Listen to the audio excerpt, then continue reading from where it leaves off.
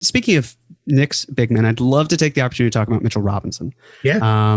So I'm going to throw some things at you and would love if you can kindly give the answer. So the most money that Mitchell Robinson is eligible to receive for the next year of his contract, starting in 2022-23, is 4 years and $51 million. If he did it as an extension. Mm-hmm. Yes. Really, like right now, if they did that, yeah, it might be a little bit more than that. I'd have to do the actual math, but it's basically, I call it the Dinwiddie because that's what Spencer Dinwiddie did. But yeah, it's in that range there. It's the average salary, right? From the previous season. It's a percentage off the projected average salary for that season. So it gets a little wonky with that, but it's basically that projected salary will be just north of $10 million. And then I want to say it's I would have to look because I always have to look at the extension stuff. It's a slight bump over that, then with the raises on top of that. So yeah, but you're in the range. It's not, what's a few million between friends if that's what it works out to be. It's not our money anyway. Exactly. Yeah. Before I ask the next question, could you kindly give our listeners a little clarity on the difference between likely and unlikely bonuses in relation to the salary cap? Yeah. So what happened? So if we use Nerlens Noel as the example, his initial deal looked like it was going to be about $10 million for this year. He has, I'm going to actually pull it up. So I'm speaking from an educated place. He has what are currently termed as unlikely bonuses in his contract. And what those unlikely bonuses do is they don't count against the cap unless they turn likely. Now, what makes a bonus likely versus unlikely is quite honestly the most simple thing in the world. It is, did it happen last year or did it not? And if it happened last year, then it's likely. If it didn't, then it's unlikely. I have not seen yet exactly what his bonuses are tied to. I would have to go digging for that. I don't generally dive into the bonuses till a little bit later. But he has about $4 million total in bonus money in his contract. So let's call it $1 million-ish a year there. So what happens with that is that's what lowers him from 10 million to 8.8 or whatever he's actually at this coming season. All right. And if the Knicks, go ahead. No, if the Knicks get hard capped, then that certainly. Yes. If they get hard capped, which they are. But it doesn't matter. But they're so far under. I mean, There's almost no way they could even come into play. But let's use the Lakers last year as an example. When a team is hard capped, you can't exceed the hard cap by even $1. But because those bonuses could come into play, they count against the hard cap number. So Noel, in this case, 8.8 million, counts against that hard cap number at about 10 million. So if you're ever looking, and we'll have these updated on Spotrac soonish. If you're ever looking, they're less under the hard cap than it maybe looks like, because a guy like Noel counts for the 10 million or so against the hard cap, because what happens there is you have to account for everything.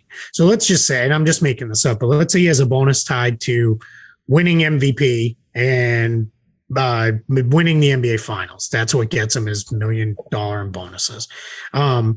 You can't be at a point, if you're playing around with the hard cap, where after the fact that happens, now you go over the hard cap. So they close the loophole by they count there. They just don't count on the cap itself. So it gets a little, nerdy there with that stuff, but that's what I do. So I love that stuff.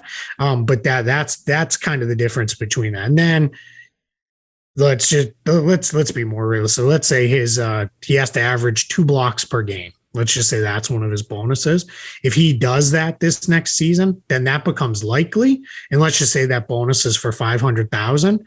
That each subsequent year would go up by 500,000 in his contract, because that's what now that bonus becomes likely. It seems like it's way more complicated than it is, but truly it is. Did it happen last year or not? They're more traditional on early contracts or players who have had issues with these things, but there are sometimes bonuses tied to weight and conditioning and those kind of things.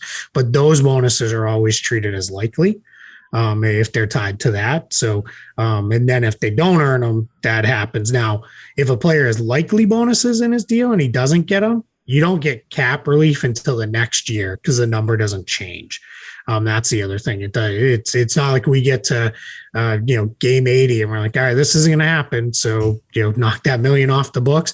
It doesn't work that way. It happens in the next off season. So just a little further education there because that comes up every year, later. It's like, why are we at this number still? He didn't do that. And it's like, yes, you're right. He didn't, but it doesn't change until the calendar year flips over.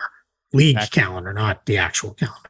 Right. Well, that was a perfect example. And the reason I ask is then to tie it back to Mitchell Robinson. So let's just say it's the 4 years, 51 million or somewhere around there.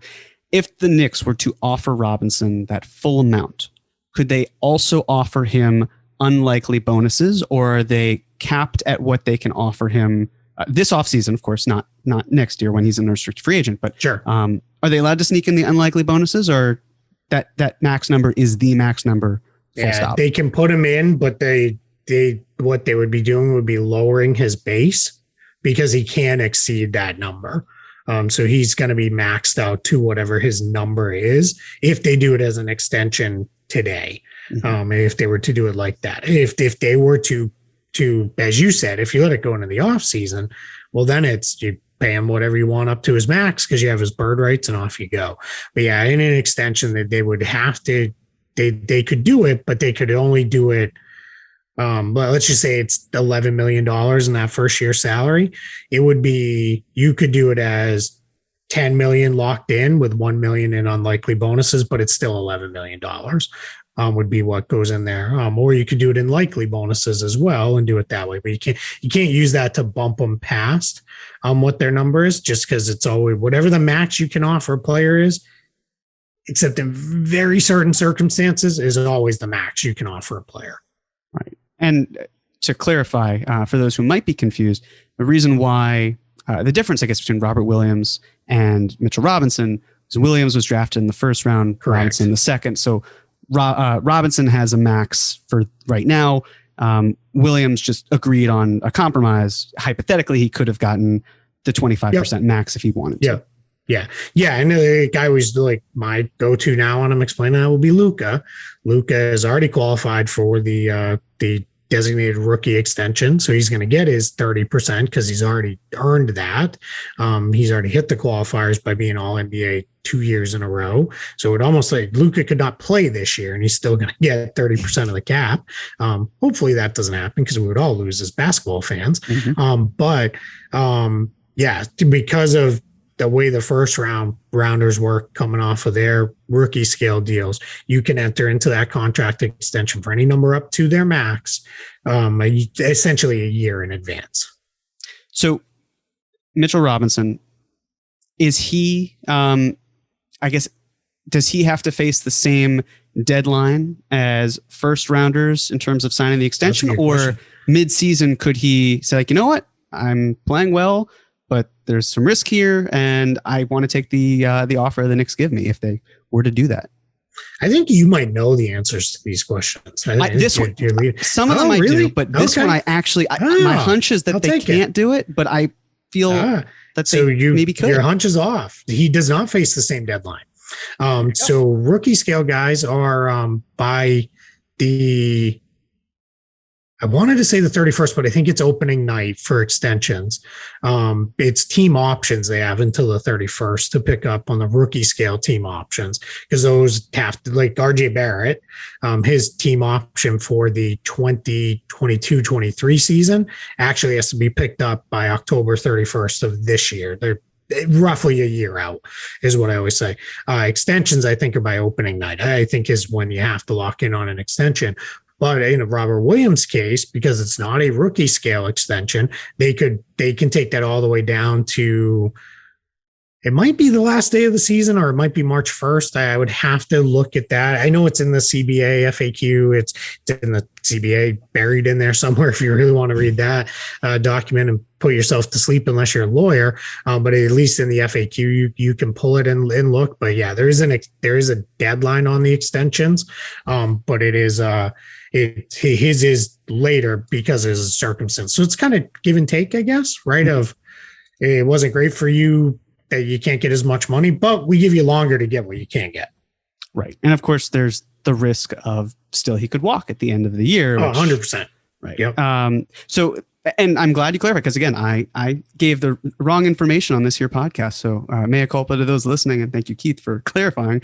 In terms of Mitch, I'm going to rank 3 scenarios, and I'd love for you to rank them in preference for how you think Mitch, I guess, should be valued if you're the Knicks. So Mitch on Jeremy, can I interrupt real quick? Just because I looked it up. It's actually all the way until the end of the calendar year, which next year will be June 30th, like normal. So the Knicks could extend him before. Yep. Interesting. All the way out. Yep. Wow. So. Even at a time where for no free agents, when they would be able to sign, he is extension eligible. Yep.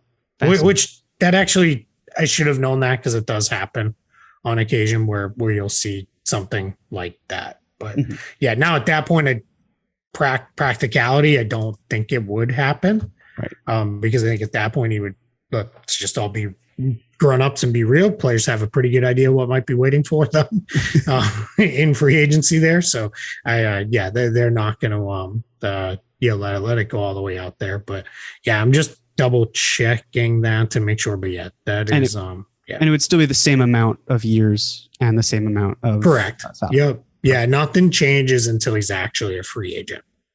Great. So if we're to rank Mitch in terms of as an asset, where do you think he's most valuable? Is it at least to the Knicks? Is it on his expiring contract on his own, on his expiring contract as part of maybe a larger package, or on a long-term contract? Yeah, his free agency was fascinating in a lot of ways, because I thought that there was a chance that they were going to decline their team option on him and make him a restricted free agent, with the idea of then they would re-sign him to whatever both sides agreed is a fair value. My guess is that probably would have been the path had they been able to know, or we're going to do a 3-year, $45 million deal or something in that range. My guess is Mitchell Robinson and his reps are higher on him than maybe the Knicks contract offer was necessarily. It might have been where the Knicks offer was, hey, we're willing to do $10 million a year or $12 million a year. And they might've been saying, hey, this guy could be a $20 million a year big man, like what Jared Allen just got. Why can't Mitch be as good as him?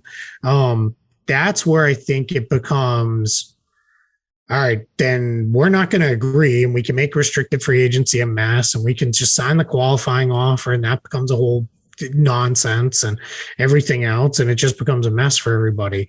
The example I use there is Duncan Robinson and the Heat. The Heat knew what they had in Duncan Robinson, and it was very easy to say, here's what a 19 million average a year, whatever it was, 18 million, whatever he got. So we're done and off we go. And we move on and everybody's happy. Mitchell Robinson, my guess is the Knicks would love to have him if it was team friendly and they were protected on the end. Mitchell Robinson's probably looking at it and saying, hey, when I was healthy last year, I was pretty good. And, I think I can be starting center and a top half starting center and those kind of things. That's 15 million a year money.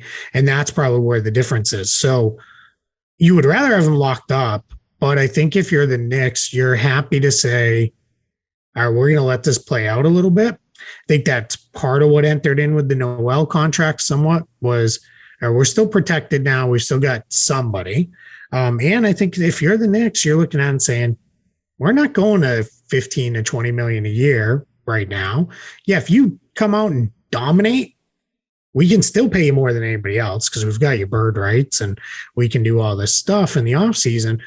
But let's just see where it goes from here, because then we can lock in, we can do our thing. If you are great, if you're an all-star or pushing all-star status or whatever, we can get there. But I think it makes sense from the Knicks standpoint of we're not locking into that today, because that starts to change your long-term cap math a little bit more than where you want to go to. And from Robinson's side, I get it. Why, you can bet on yourself and believe you can stay healthy, do it, bet on yourself and go.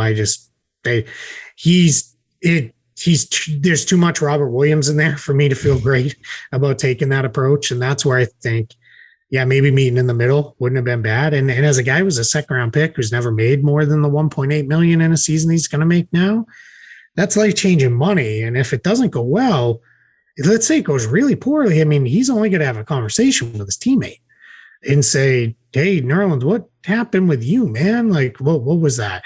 And now what I will say too is I bet unless he's an absolute disaster and isn't healthy or he looks absolutely terrible, I bet his agents know the Dinwiddie extension, that's going to be sitting there all year long. And that'll be there as an option if they want to do that. That's, that can always probably be something where, hey, let's go into that direction.